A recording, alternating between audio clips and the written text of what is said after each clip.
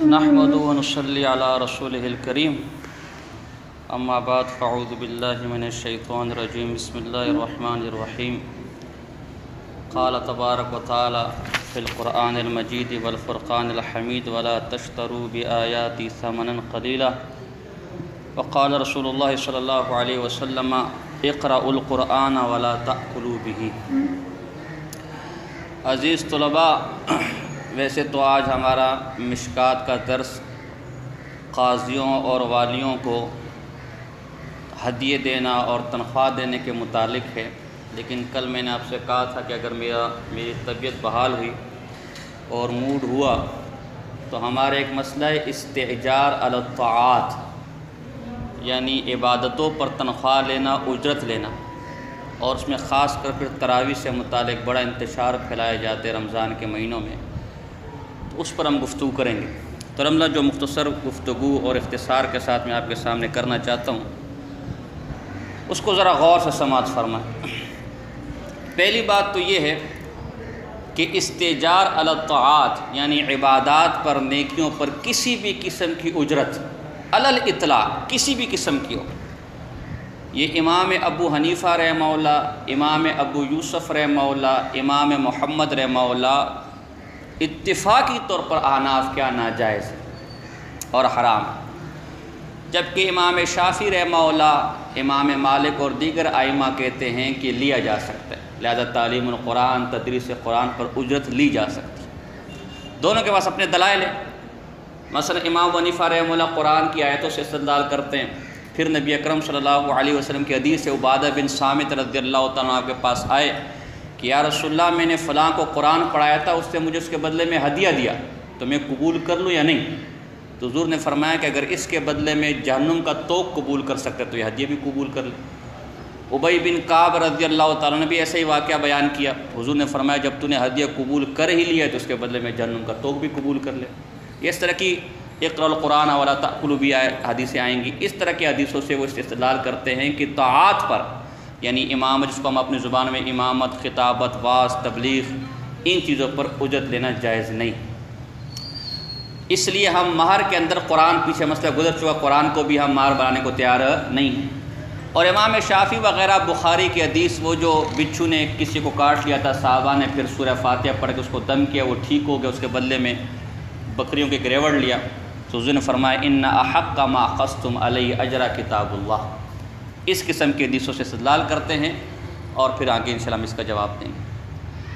البتہ متاخرین علماء احناف نے کیا کیا کہ جب دیکھا کہ پہلے زمانے میں تو ائمہ کو بیت المال سے اور حکومت سے چندہ ملتا تھا، وظیفہ ملتا تھا، اس لیے ان کو مستقل معاش اختیار کرنے کی ضرورت نہ تھی، لیکن جب بیت المال کا سسٹم ختم ہوا، بیت المال کا نظام ہی ختم ہو گیا، تو اب علماء اور فقہاء کو بھی زیر انسان معاش چاہیے، لہٰذا وہ اگر تجارت کے لیے نکل پڑے، نوکری کے لیے نکل پڑے، مزدوری کے لیے نکل پڑے، تو پیچھے تعلیم القرآن کون کرے گا؟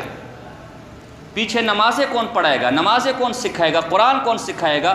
تو دین کا ایک مستقل شعبہ، یعنی قرآن کا حفظ کرنا، اس کی تعلیم دینا، وہ ختم ہو جائے گا، اور یوں جو علم کا شیوع ہے اور جو مسائل کا جاننا ہے وہ بالکل یکسر ختم ہو جائے گا، اور امت میں جہالت پھیل جائے گی۔ لہذا ضرورت شدیدہ کہتے ہیں کہ ظاہر اگر ہم اس کو اب بھی حرام قرار دیں تو علماء اس طرف آئیں گے نہیں، اپنا کام کریں گے، یہ شعبہ ختم ہو جائے گا، ضائع ہو جائے گا۔ تو اس شعبے کو بچانے کے لیے احناف کا یہ اصول ہے کہ ضرورت شدیدہ کہتے ہیں دوسرے ائمہ کے مسئلے پر آپ فتویٰ دے سکتے ہیں، لیکن جس حد تک ضرورت ہے بس۔ لہذا انہوں نے شوافع اور مالکیہ کے مسلک پر فتویٰ دیا کہ تعلیم القرآن اور امامت وغیرہ کے لیے آپ تنخواہ لے سکتے ہیں، لیکن میں نے کہا جتنی ضرورت ہے، جیسے ضرورت کے وقت اگر خنزیر نہ کھایا تو مر جائے گا، تو بقدر ضرورت کھانے کی اجازت ہے، بقدر ضرورت شراب پینے کی اجازت، لیکن جتنی ضرورت ہے، ضرورت سے خارج پر اصل حکم پھر لوٹ آئے۔ تو چونکہ دین امامت کو چھوڑنے پر یا تعلیم القرآن یا جو بھی درس نظامی جو بھی آپ کے لیے، اس کو چھوڑنے پر دین کے ایک شعبے کا ختم ہو جانے کا اندیشہ تھا، اور قوی اندیشہ تھا، لہذا ضرورت کے تحت ان امور میں تو متاخرین علماء نے جواز کا فتویٰ دیا اس کے علاوہ وہ امور کہ جن کے ختم ہونے سے کوئی دینی شعبہ ختم نہیں ہوگا، وہاں حکم اپنی اصل پر برقرار ہے۔ لہذا تراویح اگر کوئی نہ پڑھائے، تراویح میں اگر آپ نے پورا قرآن نہیں پڑھا ہے تو تراویح پھر بھی ختم نہیں ہوگی، اس کی جگہ 10 صورتیں جو ہر آدمی کو یاد ہے پڑھا سکتے ہیں۔ قرآن خوانی ہے، اگر قرآن خوانی نہیں ہوتی، قرآن خوانی میں قرآن نہیں پڑھا جاتا، دین کا کوئی شعبہ ختم نہیں ہوگا۔ لہذا ان امور میں یہ مسئلہ اپنی جگہ ہی پر رہے گا کہ اذان اور نماز اور خطابت اور تعلیم و تعلم کے علاوہ میں اگر قرآن کسی اور پڑھا جا رہا ہے، پڑھایا جا رہا ہے، تو اس پر اجرت لینا علی الاطلاق ناجائز اور حرام ہے۔ علامہ شامی نے شرح عقود رسم المفتی اور فتاوی شامی اور تنقیح الفتاوی الحامدیہ میں اس پر بڑی تفصیل سے کلام کیا ہے، جو انشاءاللہ ابھی آ بھی جائے گا، میں اس میں سے کچھ چیزیں پیش بھی کر دوں گا۔ تو یہ مسئلہ سمجھ آ گیا کہ ان چیزوں پہ ہم نے کیوں جواز کا فتویٰ دیا اور باقی پر کیوں فتویٰ، باقی پر حکم اپنے اصل پر ہی رہے گا، جیسے آگے علامہ شامی کا حوالہ آ رہا ہے۔ اب رہی یہ بات کہ تراویح پر یا قرآن پڑھنے پر اجرت کیوں حرام ہے، تو اس پر چند دلائل اور احادیث اور پھر علامہ شامی کا کہ چند عبارات، اور پھر جو ہمارے فریق مخالف اللہ معاف کرے ایک ہیں، مسئلہ یہ ہے کہ ایک ہے آپ نے جمہور سے ہٹ کر راستہ اپنایا، ہمیں مسئلہ کوئی نہیں ہے، اپنی انسان کی تحقیقات ہوتی ہے، لیکن مصیبت یہ ہے کہ ان شاذ اقوال کو ان کے ماننے والے باقاعدہ مسلک بنا لیتے ہیں۔ فتنہ یہاں سے اٹھتا ہے۔ چنانچہ بالاتفاق یہ احناف کا اور اسلاف کا اور علماء دیوبند کا یہ فتویٰ ہے کہ امامت اور خطابت میں یا تدریس و تعلم میں ہم نے ضرورت کے تحت فتویٰ دیا ہے۔ اصل اس میں وہ ابھی بھی یہی ہے، اگر کسی اور کا کہیں اور سے گزارا ہوتا ہے تو تنخواہ نہ لے، لیکن کوئی اور ذریعہ نہیں تو پھر مجبوراً وہاں سے لے لے۔ لیکن دیگر معاملات یعنی تراویح وغیرہ، قرآن خوانی وغیرہ یا دیگر چیزوں پر وہ اپنی اصل پر رہے گا کہ اجرت لینا، تنخواہ لینا جائز ہے، یہ اتفاقی مسئلہ ہے۔ اور اب رمضان کے مہینوں میں باقاعدہ اس پر مناظرے ہوتے ہیں معاذ اللہ کہ نہیں جی تراویح پر تو پیسے لینا جائز ہے، 50,000 لو، 1 لاکھ لو۔ تو ہم دلائل دیں گے چند، اور پھر ان کی ایک ہی دلیل ہے وہ انشاءاللہ ہم پیش کریں گے، اس پر مختصر گفتگو کریں گے۔ تو احناف اور علماء دیوبند نے کیوں تراویح پر اجرت کو حرام قرار دیا، یا کوئی بھی عبادت، قاری صاحب کو کس نے بلایا گھر میں دعا پڑھ لے، دعا کے بدلے میں کچھ کھلا پلا دیں گے، کچھ پیسے دے دیں گے، قاری صاحب کو بلایا کہ قرآن خوانی کروا لے، برکت کے لیے قرآن پڑھ لے، کوئی بھی عبادت و طاعت ہو، اگر ان کے علاوہ ہے اس پر اجرت اور کھانا پینا لینا کیا ہے؟ حرام ہے۔ حکم اپنی اصل پر رہے گا، اور اس کے دلائل کیا؟ قرآن کی آیت جو مشہور آیت آپ کے سامنے میں نے پڑھی بھی، وَلَا تَشْتَرُوا بِآيَاتِي ثَمَنًا، اللہ کی آیتوں کو چند ٹکوں کے عوض نہ بیچو۔ علامہ ابن کثیر کہتے ہیں اَيْ لَا تَأْخُذُوا عَلَيْهِ أَجْرًا، یعنی اس قرآن کے بدلے میں کسی سے کچھ مانگو مت۔ افسوس کے ساتھ کہنا پڑتا ہے ایک شخص نے مجھے اس کا جواب دیا، وَلَا تَشْتَرُوا بِآيَاتِي ثَمَنًا قَلِيلًا، مطلب یہ کہ تھوڑے پیسے لے کر مت بیچو، زیادہ پیسے لے کر بیچ دو۔ الیاذ باللہ، گمراہی کی انتہا ہے۔ پہلی بات تو ہے کہ بدبختہ تو اپنے آپ کو حنفی کہتا ہے، اور قرآن و حدیث میں احناف کہتے ہیں مفہوم مخالف معتبر نہیں، یہ مفہوم مخالف ہے۔ اور دوسری بات ہے کاش تو نے امام راضی کی تفسیر کبیر پڑھ لی ہوتی، کاش تو نے ابن جریر طبری کی جامع البیان پڑھ لی ہوتی۔ وہ کہتے کہ آیت کا مطلب یہ نہیں ہے، اعتراض نقل کیا ہے، یہ آیت کا مطلب یہ نہیں ہے کہ کم ٹکوں پر تو مت بیچو، زیادہ ٹکوں پر بیچ دینا، بلکہ مطلب یہ ہے کہ تم قرآن کے بدلے میں پوری دنیا بھی لے لو، قرآن کے مقابلے میں پوری دنیا ثمن قلیل کہتے ہیں۔ بات سمجھے کہ نہیں سمجھے؟ لہٰذا یہ پہلی ہے جو ہمارا مستدل ہے کہ طاعات پر، عبادات پر، نیکیوں پر جس میں تراویح شامل ہے، اس پر پیسے لینا جائز، تنخواہ لینا جائز نہیں۔ حضرت بریدہ رضی اللہ تعالیٰ سے روایت مشکات میں آپ نے پڑھ لیو کہ فضائل قرآن میں آگے پڑھو کہ فصل 40 کے اندر ہے، قال رسول اللہ صلی اللہ علیہ وسلم من قرأ القرآن، جو قرآن پڑھے، یتأکل بہ الناس، کس واسطے؟ کہ لوگوں سے اس کے ذریعے ٹکڑے لے، جاء یوم القیامہ ووجہہ عظم لیس علیہ لحم، وہ قیامت میں اس حال میں آئے گا کہ اس کے چہرے پر ہڈیاں ہوں گی، گوشت نہیں ہوگا۔ اور عمران بن حسین رضی اللہ عنہ اسی مشکات میں فضائل قرآن میں مروی ہے، انہ مر علی قاص یقرأ القرآن ثم یسأل، کہ ایک قصہ گو، قصے سنانے والے کے پاس سے گزرے وہ کہ وہ قرآن اچھا کر کے پڑھ رہے، پھر لوگوں سے اس قرآن کے بدلے میں کیا کر رہے؟ قاری صاحب مانگ رہے۔ فاسترجع، عمران بن حسین نے انا للہ و انا الیہ راجعون پڑھا کہ قرآن اس کام کے لیے آیا ہوا ہے۔ اور فرماتے ہیں ثم قال سمعت رسول اللہ صلی اللہ علیہ وسلم یقول من قرأ القرآن فلیسأل اللہ بہ فإنه سيجيء اقوام يقرؤون القرآن يسألون به الناس. جو قرآن پڑھے اللہ کی رضا کے لیے پڑھے، اللہ ہی سے اپنی ضروریات طلب کرے. ان قریب ایسی قومیں آئیں گی، ان قریب ایسے گروہ آئیں گے جو قرآن پڑھیں گے اور اس قرآن کے پڑھنے کے بدلے میں لوگوں سے ٹکے وصول کریں گے. اور مسند احمد کی حدیث ہے اقرأوا القرآن ولا تأکلوا به، قرآن پڑھو لیکن اس کے بدلے میں کس سے کچھ مانگو نہیں. اسی طرح مصنف ابن ابی شیبہ کے اندر ہے کہ رسول اللہ نے فرمایا اقرأوا القرآن ولا تأکلوا به ولا تستکثروا به، اس کے ذریعے لوگوں سے مانگو مت، مال مت بڑھاؤ.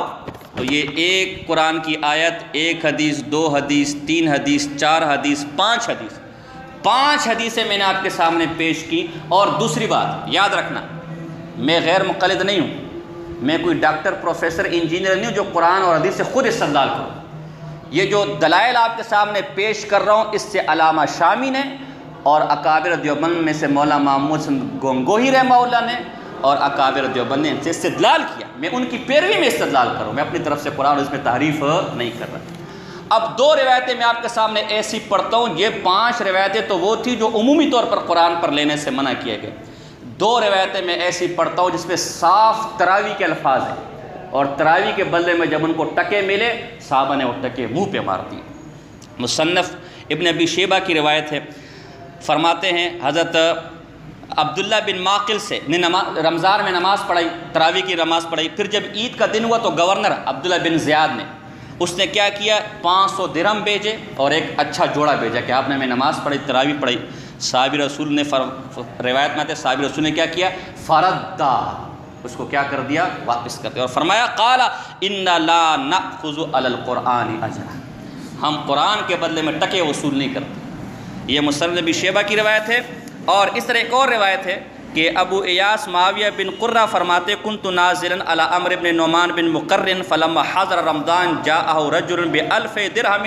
رمضان کا جب مہینہ ہوا تو گورنر کا مصعب بن زبیر ان کا کارندہ ہے 200 درہم لے کر، کتنے، 200 درہم، 2000 درہم لے کر، کتنے، بألف، 2000 درہم دے کر، آج کے حساب سے لاکھوں بنیں گے. من قبل مصعب بن زبیر فقال ان الامیر قد یقرئک علیک السلام، امیر جو ہے وہ تجھ پر سلام پڑھتا ہے. اور یہ کہ امیر نے مجھے بھیجا ہے کہ میرے بھائی جو بھی اچھا کاری ہو، جو بھی نیک آدمی ہو، اس کو یہ کیا کر دے، پیسے دے دے تاکہ اپنا خرچہ پانی کیا کر سکے، سے چلا سکے. فاستعین بہذین علی نفقۃ شہرک، یہ لے لے اور انشاءاللہ تیرے کا کہتے ہیں مہینے کا خرچہ اس کے اندر نکل آ جائے گا. فقال عمرو اقرأ علی الامیر السلام، امیر صاحب کو میرا بھی سلام کہنا کہ وعلیکم السلام ورحمۃ اللہ. وقل، اور یہ کہہ دے واللہ، اللہ دی قسم، ما قرأنا القرآن نرید بہ الدنیا، ہم نے قرآن اس لیے نہیں پڑھا کہ اس کے عوض میں تم سے ٹکے وصول کرے گا. تو یہ احادیث 2 آخر صراحتاً اس بات میں کہ صحابہ نے تراویاں پڑھی اور تراویوں پر ان کو ٹکے ملے اور وہ ٹکے انہوں نے کیا کر دیے، واپس کر دیے. تو قرآن بھی ہمارے ساتھ کی اطاعت پر پیسے لینا جائز نہیں، اور حدیث بھی ہمارے ساتھ کی اطاعت پر پیسے لینا جائز نہیں. اور علامہ شامی نے بھی اس کی تصریح کی، چنانچہ ان کی پوری کتاب ہے شفاء العلیل و بل الغلیل فی بطلان وصیت بالختمات والتحلیل، اس میں بہت تفصیل کے ساتھ لکھا ہے. اور شرح عقود رسم المفتی میں بھی لکھا ہے، فتاوی شامی کے اندر بھی لکھا ہے. اور جناب جی علامہ برقوی جو طریقہ محمدیہ والوں نے 4 رسائل اس مسئلے کے رد پر لکھے. علامہ شامی نے اس کی عقلی دلیل یہ دی کہ چلو قرآن و حدیث کو تو ایک طرف رکھو، یہ جو اجرت آپ لے رہے اجرت، یہ کسی نہ کسی نفع کے بدلے میں ہوتی ہے. جو تعلیم القرآن ہے اس میں کم سے کم ایک نفع تو ہے کہ اگلے کو ادب سکھا رہا ہے، علم سکھا رہا ہے، اس سے وہ کوئی کامیابی حاصل کر لے گا. لیکن تلاوت قرآن یہ تو خالصتاً ثواب ہے نا میرے بھائی، اس پہ تو اس کا اپنا نفع ہے، کسی اور کو کوئی نفع، لہٰذا اس کی اجرت بھی نہیں لے سکتا.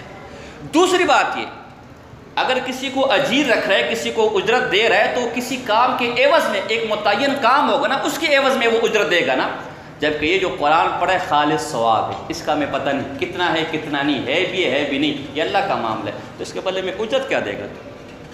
چنانچہ ان کی چند عبارات میں آپ کے سامنے پڑھنا چاہتا ہوں. علامہ شامی فرماتے ہیں تنقیح فتاوی الحامدیہ کے اندر، قال فی الہدایہ الاصل ان کل طاعات یختص بها المسلم، ہر وہ نیکی جو مسلمان کے ساتھ خاص ہے، اس کی ذات، یعنی ہر مسلمان نے وہ نیکی کرنی ہے.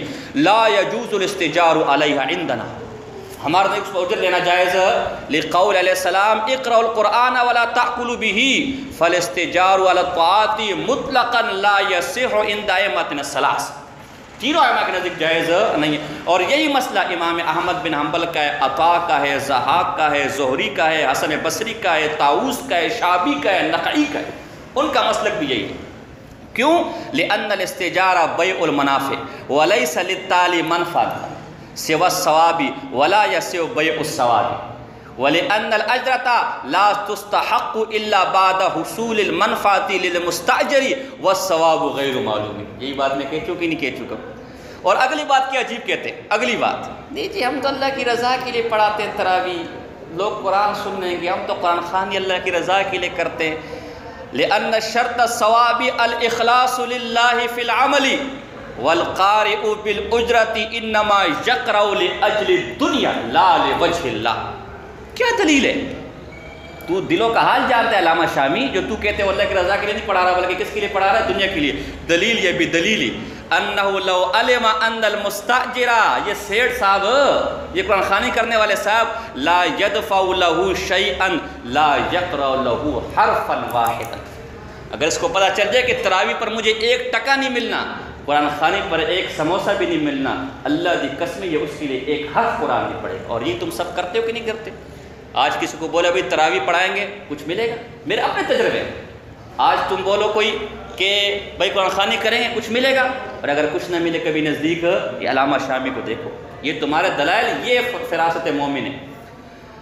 خصوصاً من جعل ذالک حرفہ، تو خاص کر جن لوگوں نے ان کو اپنا پیشہ بنا لیا، قاری حضرات، میں ایسے یہ جو تلاوت قرآن کرنے آتے ہیں اور ٹکے لیتے ہیں، ان سب کی کمائی حرام۔ آپ کے یہاں سمامہ کے اندر ہمارے ایک مفتی احمد اللہ صاحب ہیں، اس وہاں زمینوں کا کام کرتے ہیں، تو سمامہ ہی کے ایک بہت بڑے قاری ہیں، میں نام نہیں لوں گا، مانے جانے قاری ہیں، کہا چلو ان کے ساتھ ملنے، ان سے ملنے جاتے، میں بھی چلا گیا۔ تو قاری صاحب نے چونکہ زمینوں کا کام کرتے تھے مفتی احمد اللہ صاحب، تو قاری صاحب نے کہا کہ میں نے اسکول کے لیے کوئی 600 گز پلاٹ لینا ہے، وہ علاقہ بڑا مہنگا ہے، کروڑوں کا علاقہ۔ انہوں نے کہا بالکل لے کر دے دیں گے۔ کہا تھوڑا صبر کر، رمضان آ رہا ہے، اس میں کچھ تراویح وغیرہ پروگرامات ہوں گے، ان سے پیسے ملیں گے تو پھر لے لیں گے۔ پھر یہ آپ کے جتنے قاری حضرات ہیں جن کا پیشے قرآن پڑھ کے اور محفل کر کے پیسہ بٹورنا ہے، یہ حرام لے لیں، ان کی کمائی حرام ہے، اللہ یہ کہ تعلیم و تعلم کرتے ہیں۔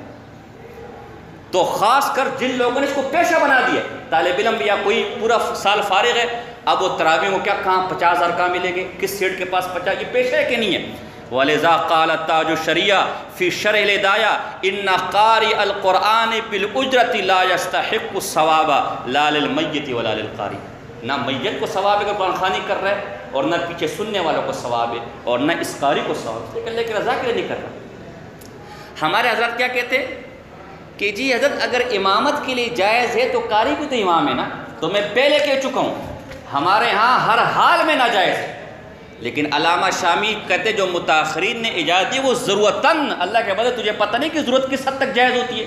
انہوں نے وضاحت کی ہے کہ ہمارے متاخرین نے جس کام کے لیے ضرورتاً جائز قرار دیے اس کے علاوہ کسی اور پر قیاس نہیں کر سکتے۔ ان کی بات میں آپ کو سامنے پڑھ دیتا ہوں کہ شک دل سے نکل جائے۔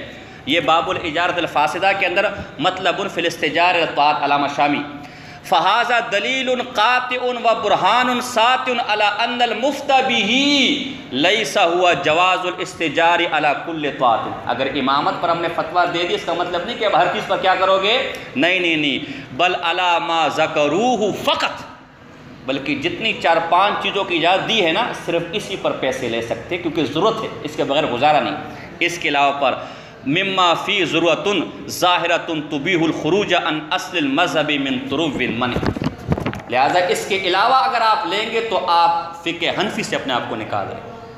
اور علامہ شامی ایک جگہ کہتے ہیں، اب یہیں سے خلاصہ کلام یہ کہ تراویح پر، ختم قرآنوں پر، قرآن خوانیوں پر یا قرآن کے امامت وغیرہ کے علاوہ کسی طور پر بھی پیسے میں کیا ہے، حرام ہے۔ یہ علامہ شامی کی جگہ کہتے ہیں فالحاصل ان ما شاء فی زماننا قراءۃ الاجزاء بالاجرۃ، یہ جو ٹکڑے ٹکڑے کر کے ہم ایک پارہ کر کے پیسوں کے بدلے میں، کھانے کے بدلے میں قرآن خوانیاں کرتے ہیں، یہ جائز نہیں ہے۔ لأن فیہا الامر القراءۃ وإیتاء الثواب للآمر والقراءۃ لأجل المال فإذا لم يكن للقارئ ثواب لعدم النية الصحيحة فأين يصل الثواب إلى المستأجر ولولا الأجرة ما قرأ أحد لأحد في هذا الزمان بل جعلوا القرآن العظيم مكسبا ووسيلة إلى جمع الدنيا إنا لله وإنا إليه راجعون.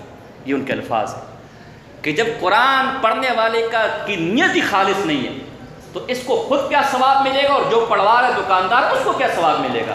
ہے افسوس آج ہم نے قرآن کو کمائی کا ذریعہ بنا لیا. انا للہ و انا الیہ راجعون، انا للہ و انا الیہ راجعون. تو بات سمجھ آ رہی کہ نہیں آ رہی؟ باقی فرماتے ہیں طریقہ شامی جلد 6 صفحہ نمبر 57 پر قال العلماء ان القاری اذا قرأ القرآن لاجل المال فلا ثواب له فأي شيء يهديه الى المیت. جب قاری بریانی کے عوض کی، بریانی کے دیگ کی عوض میں پڑھ رہا ہے، پیسوں کے عوض میں پڑھ رہا ہے، اس سے خود ثواب نہیں مل رہا، یہ میت کو کیا ہدیہ کرے، یہ میت کو کیا پہنچائے. بات سمجھ آ رہی کہ نہیں آ رہی میرے بھائیوں دوستوں بزرگوں؟ باقی مزید اگر آپ نے تفصیل دیکھنی ہے شرح عقود رسم المفتی کے اندر، فتاوی شامی باب اجارت الفاسدہ کے اندر، اس کے علاوہ علامہ شامی کی مستقل کتاب ہے جو رسائل شامی کے اندر موجود ہے، اور میں نے اپنی کتاب مروجہ حیلہ اسقاط اس میں اس کے حوالے بھی دیے، شفاء العلیل و بل الغلیل فی بطلان الوصیتی بالختمات والتحلیل، اور طریقہ محمدی والا علامہ برکوی اس سے تو کہے کہ یہ بدعت ہے. یہ جو قرآن خوانیاں ہمارے زمانے میں نکل آئی ہیں اور پیسے لے کر قرآن خوانیاں کرواتے ہیں، تراویحیں کرواتے ہیں، یہ بدعت ہے طریقہ محمدیہ میں لکھی ہوئی بات. اور علامہ برکوی فرماتے کہ میں نے اس کے رد میں 4 رسائل لکھے. کتنے؟ 4 رسائل لکھے. تو خلاصہ کلام یہ کہ تراویح قرآن خوانی کسی چیز پر 1 ٹکا لینا بھی کیا ہے؟ حرام ہے، ناجائز ہے. یہ تو ہمارے دلائل ہیں قرآن و حدیث سے، جمہور فقہا سے، علماء دیوبند کے میں چند حوالے دیتا ہوں. چنانچہ دارالعلوم دیوبند ہمارا مرکز ہے کہ نہیں؟ یہی ہمارے اختلاف کا فیصلہ کرے گا نا. فتاوی دم دیوبند جلد نمبر 15 صفحہ نمبر 235. علامہ ظفر احمد عثمانی نے امداد الاحکام جلد 3 صفحہ نمبر 534 اور اعلاء السنن کے اندر بھی.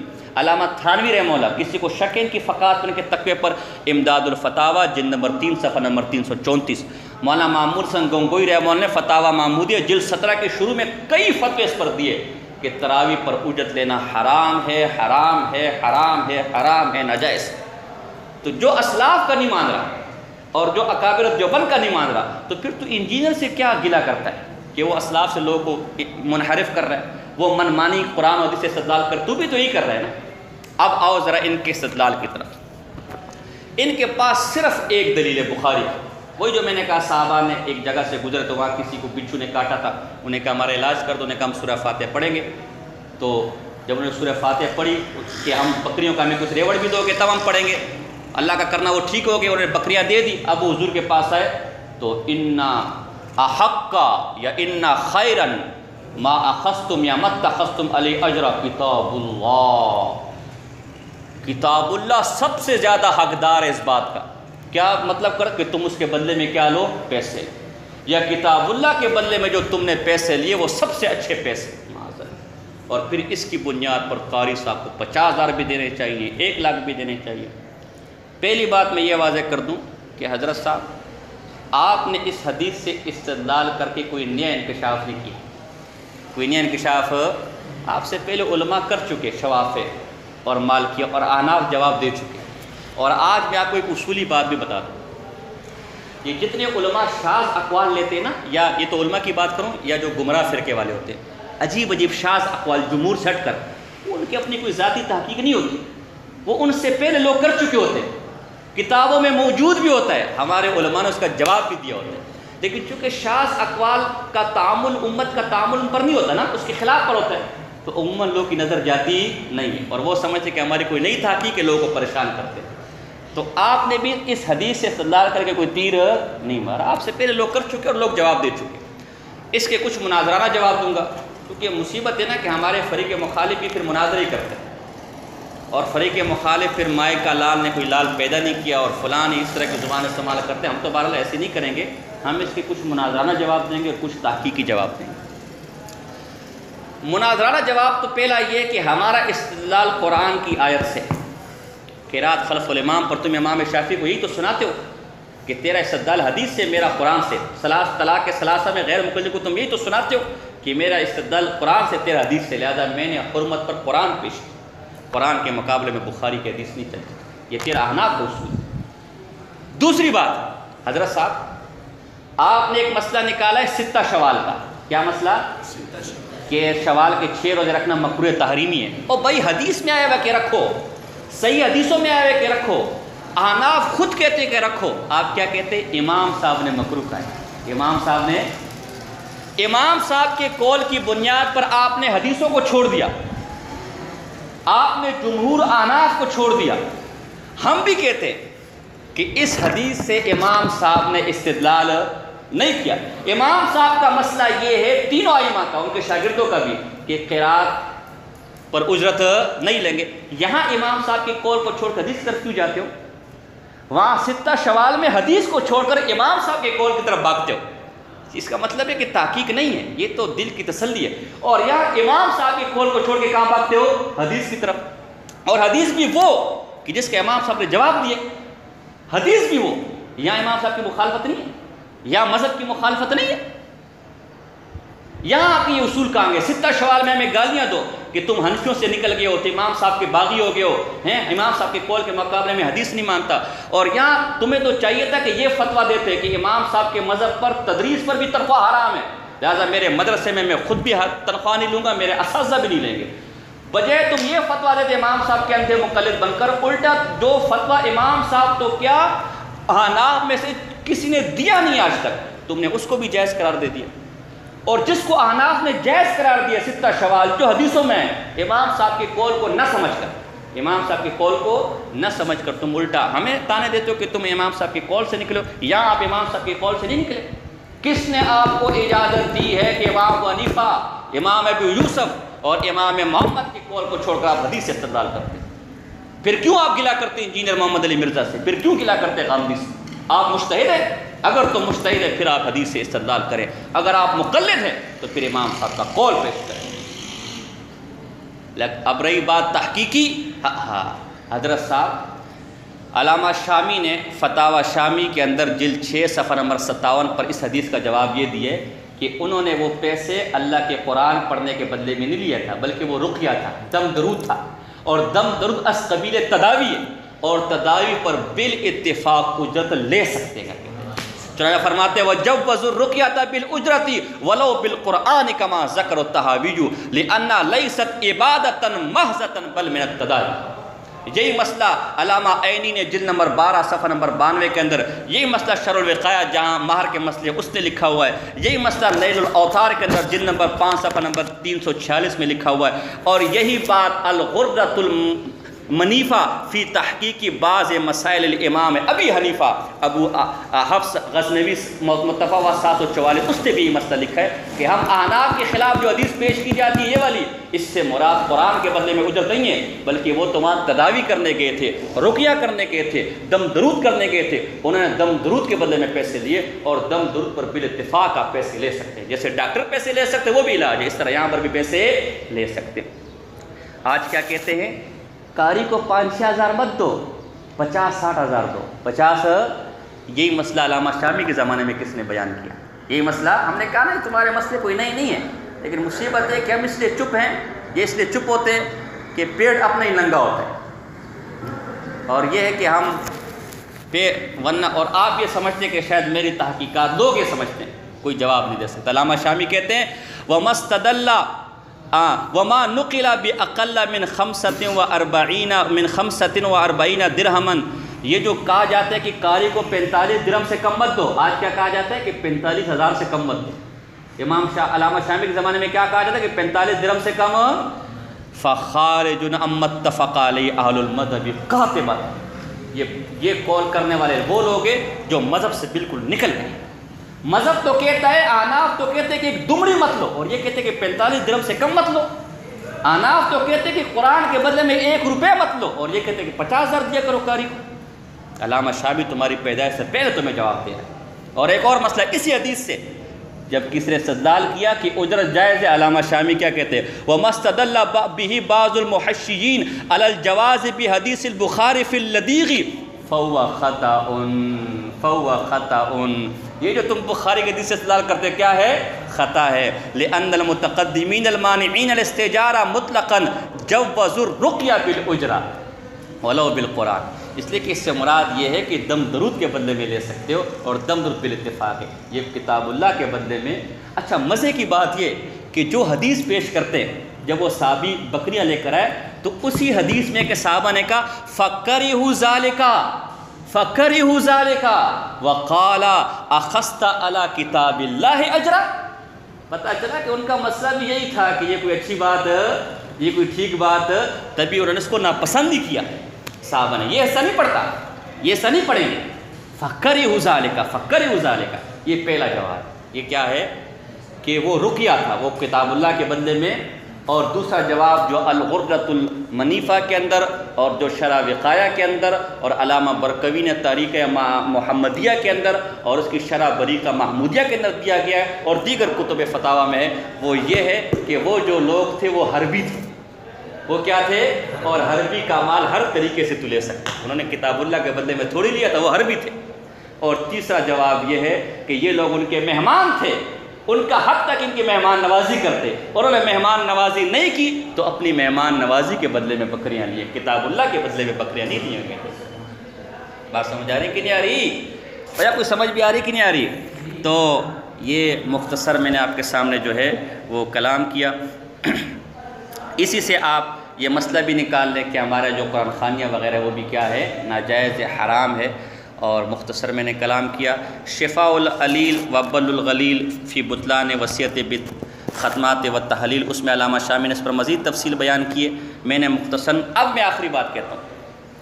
آج کل ہمارے ایک عجیب طریقہ بن گیا، جس مولوی کے سامنے موبائل لگا ہوا ہے غلط مسئلہ بیان کرے گا، پھر کہے گا کسی ماں نے وہ بیٹا جنا نہیں ہے جو مجھے جواب دے سکے۔ یا خدا، کسی کی شرافت کا اتنا ناجائز فائدہ۔ اب میں کہتا ہوں کسی ماں نے وہ بیٹا جنا ہے، اگر اپنے آپ کو حنفی کہتا ہے اور پھر دیوبندی کہتا ہے تو حنفیوں کا مفتہ بھی قول لے کر آئے کہ تراویح پر پیسے لینا جائز ہے، اور اکابر دیوبند کا ایک فتویٰ لے کر آئے کہ تراویح پر پیسے لینا جائز ہے۔ حدیث نہیں، تو مجتہد نہیں ہے، اگر حدیث ہے تو حدیث میرے پاس بھی ہے، لیکن میں نے حدیث سے اپنا استدلال نہیں کیا، میں نے اس پر بھی اسلاف پیش کیے، اس لیے کہ میں پہلے تمہیں کہہ چکا ہوں کہ یارو ہمارے اکابر کے سامنے کیا اوقات، کیا تھا حقیقت۔ لیکن اللہ دی قسمیں، اگر میں نے اللہ سے وعدہ کیا اپنے رب سے، اور اللہ سے یہ توفیق مانگتا کہ مجھے اس پر قائم و دائم رکھے۔ اللہ دی قسمیں، یہ تو ہماری چند کتابیں جو ہم نے مطالعہ کر کے آج بڑے بڑے بنتے ہیں، اللہ دی قسمیں اگر کرامتاً 1400 سال کی کتابیں بھی میں حفظ کر لوں، اللہ کی قسم اکابر دیوبند کے مسلک اور منہج سے 1 انچ آگے اور پیچھے نہیں ہے۔ یہ میرا مزاج نہیں ہے کہ بات سمجھے کہ نہیں سمجھے، اور اسی پر تمہیں نصیحت کرتا ہوں۔ دیکھا تم نے مسلک کہ کیا مسلک تھا اکابر کا؟ اگر تمہیں کوئی متاثر کرتے کسی کی نئی بات تو تمہاری جہالت ہے، یہ نہیں کہ جو صحیح مسلک ہے اس پر دلائل نہیں ہے، دلائل قاہرہ کھڑے، لیکن افسوس کوئی نکالنے والا۔ بات سمجھ آ رہی؟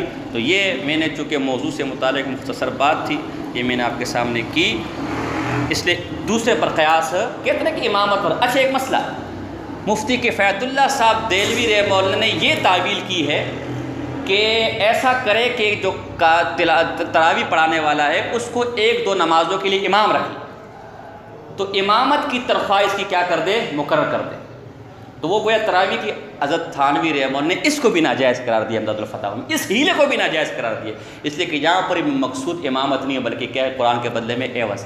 اچھا بعض لوگ سوال کرتے ہیں کہتے ہم نے تو کوئی چیز طے نہیں کی ہے، خود ہی دے دیتے۔ علماء نے اس کا بھی جواب دیا، العرف کالمشروط، عرف شرط کی طرح ہے، آپ نے طے نہیں کیا، آپ نے شرط نہیں لگائی، لیکن عرف میں قاعدہ یہی ہے کہ قاری بھی مانگتا ہے اور سیٹ صاحب اور خان فروش اور کمیٹی والا بھی دیتا ہے، یہ عرفی شرط کے قبیل سے گویا شرط موجود ہے، لہذا کسی حال میں بھی جائزہ نہیں ہے۔